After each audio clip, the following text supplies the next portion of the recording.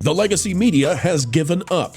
In light of CNN now reporting the facts as they are on the ground, with the town of Los Angeles looking at MSNBC being spun off from Comcast, well, folks, we're here to tell you that real fast things are a-changing. The legacy media falling behind the new media. We'll play the clip. We'll show you what Wolf had to say.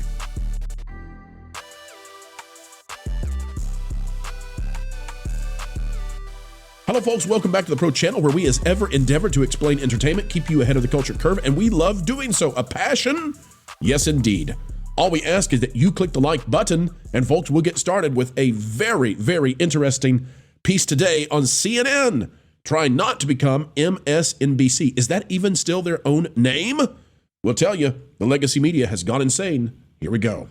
All right, folks, this is this is out of CNN, actually, but Michael @Samuel_72 is the author here. It says Gavin Newsom and Karen Bass got absolutely destroyed by facts when a fire union chief broke down in tears on CNN, exposing the staffing shortfalls he had been warning about for years. Turns out their leadership is more about slogans than solutions, and the truth hit harder than their empty promises ever could. Now, we're not here to debate the politics of this. We're not here to debate the policy. What we are here to say is that something has shifted dramatically when even CNN now is no longer protecting Karen Bass and Gavin Newsom. And I would suspect it's because the new media, the next gen media, such as what you're watching right now, is beating the pants off them, and they can't do this anymore. We're going to watch the video in just a minute, but I want to show you this as well. Out of reason. This is by Joe Lancaster. It says Gavin Newsom prohibits offering to buy people's property. And I want to show you what some of this incompetence is doing. The California governor is using a state of emergency power to make unsolicited offers to buy people's property in fire-affected areas, quote, for an amount less than the fair market value, unquote. And you might look at this and you might say, well, that's a good thing, right? We don't want people to be taken advantage of. Oh, but wouldn't that be optimistic? Let's look into the details, the minutia, and see what it says. Let's see if they have fixed the problem of, we don't have water in the hydrants yet. Wildfires continue raging across Southern California, so far killing more than 2 dozen people. Goes on to talk about. We can just say, folks, it's burned down an area larger than the city of Paris. That's a factual statement. On January 7th, Newsom issued a state of emergency. Okay, there's the state of emergency. Let's go down to the new executive order, though. As families mourn, the last thing they need is greedy speculators taking advantage of their pain, Newsom said in a statement.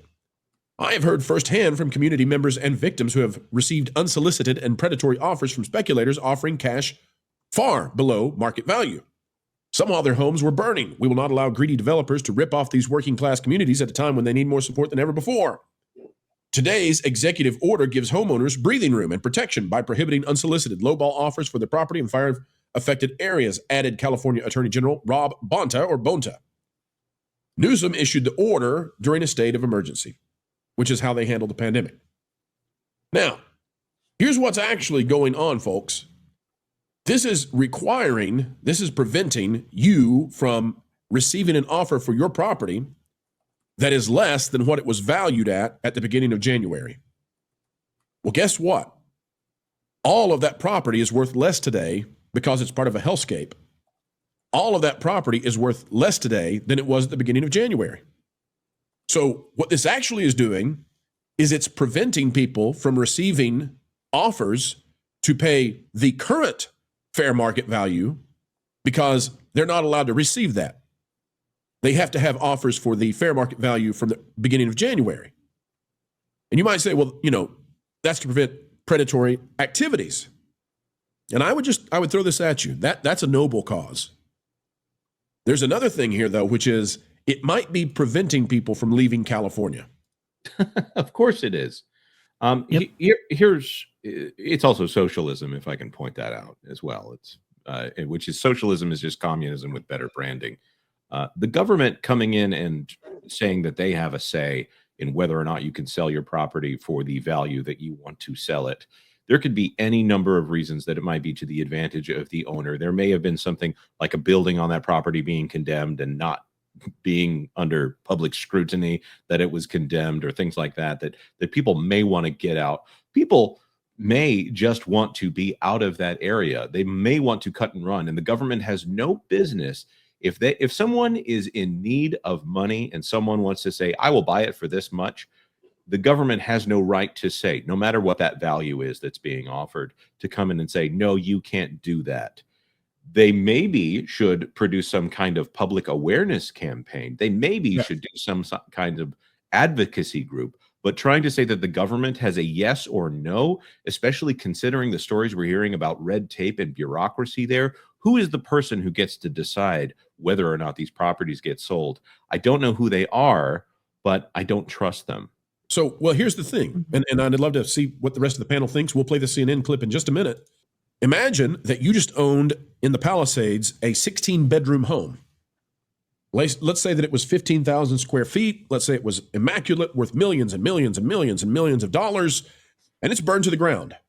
And everything around it is burned to the ground. Your beautiful paradise on earth now looks like the aftermath of a hellscape. It's all ashen and rubble. It looks like the inside of a chimney. And you can't receive an offer from someone that's less than what the property was worth when it was a 16-bedroom, 15,000 square foot home. And I'm using this because it's an extreme, but the idea is you can't receive an offer. Like, and you want to talk about terrorizing organizations? Like, they're not going to make an offer now because, well, we don't want to get in trouble with California. Panel, what do you think about it?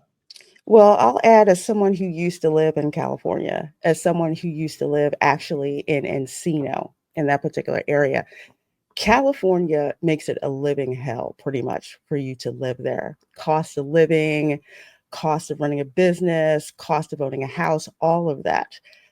The government should have zero say in whether or not I, as a homeowner, choose to sell my property. What they're calling quote unquote predatory practices is something that's been going on since time immemorial. It's like, hey, I see an opportunity to make some money. I have an opportunity here where you can sell your property for that money that I offer. You are not obligated to do this. You are not obligated to accept that offer. If you do, it's like, hey, you know what? I'm going to take my money, go somewhere else, and rebuild, if that's what you should choose to do. But that should be up to you, not up to whether or not the state, and there's a reason why I call it the People's Republic of California, whether or not you can do what you want with your own property. This isn't about protecting the people, okay? This is about the governor of California trying to control what you as a private citizen are able to do. Right. You're not allowed to go, or at least we're going to put every obstacle in the way of organizations and people leaving and going to Arizona, Colorado, Idaho, Oregon, wherever it is they want to go, Austin, Texas, wherever they want to go for the Palisades. They're making it as cumbersome as possible. I think it's horrible. They ran out largely the insurance companies, and now they're saying, well, we sent out the insurance companies. We didn't fill the hydrants with water. Your beautiful paradise home is, looks like the inside of a fireplace, and now we won't let you leave. Culture? Vash? Well, no, I mean, there are many things here. I mean, I can, from Gavin's side of things, he wants to make it not appear that like they're trying to be the country's first 15-minute city, because that was one of the early accusations that was thrown at him. But as you pointed out, people that take the money and run on a lower offer than what the current market value is depletes the tax base. Can you imagine if they're able to run down the prices and on that in that amount of land, run it down? What the tax base will be then? Those property taxes will be, they'll tank property taxes. They're going to need property taxes. The state's not going to be willing. The state and the city are not going to be willing to drop those property taxes. There's no way. Exactly. They're terrified of that because, I mean, you're removing a lot of things here. Now, the culpability has been shifted largely to an insurer, which I covered this morning on the 6 Minute Daily, or many of the insurers, not just them, but they've been the one that canceled, 77,000 policies since March of 2024. But largely the state is going to be on the hook for the terrible mismanagement here for going forward. So the last thing that they can afford is the tax base just disappearing. And this is a disaster for everything, but it's mostly a disaster for political careers. If you want to sell your house, you can sell your house for whatever you want. What he's saying is you cannot make these predatory offers, and they're only predatory when you consider again that it would substantially reduce the value of the land that's there. And there are people that are flush with cash, and there are massive organizations such as BlackRock, but it's the other one, Blackstone. Blackstone controls a lot of REITs, real estate investment trusts, and other investments such as that allow for the speculation on undervalued land. So they certainly would be motivated. These large entities that are destroying the American dream would be able to come in there. So there's both positive and negative here, Pro. But I think the more terror driven of a politician would be worried about losing that massive tax base, and that's all that is. That think about Pacific Palisades itself at an average home that was before these fires $4.3 million. Yep. Yeah, that's a lot of money and a lot of taxes. And that's why they're doing this. Just like Ultra said, they're preserving their tax base right here, because if you have the money to rebuild, let's say, and you know, I mean, we're talking millions and millions of dollars required to do something like that. Why would you necessarily build there? If you have enough money to leave, you probably have quite a bit in taxes that you pay, and they don't want to lose that. So let's take a look at how CNN now, and remember, we just covered that MSNBC was spun off from Comcast. CNN is in trouble as well. The legacy media is in danger. And we're going to come back to the networks in just a moment to talk about Disney. But the cable channels outside of Fox News, they're in trouble. They're in financial trouble. So if you're in trouble and if the new media is just absolutely beating you to a pulp, right? If all of CNN is being defeated by Megyn Kelly, that's a problem.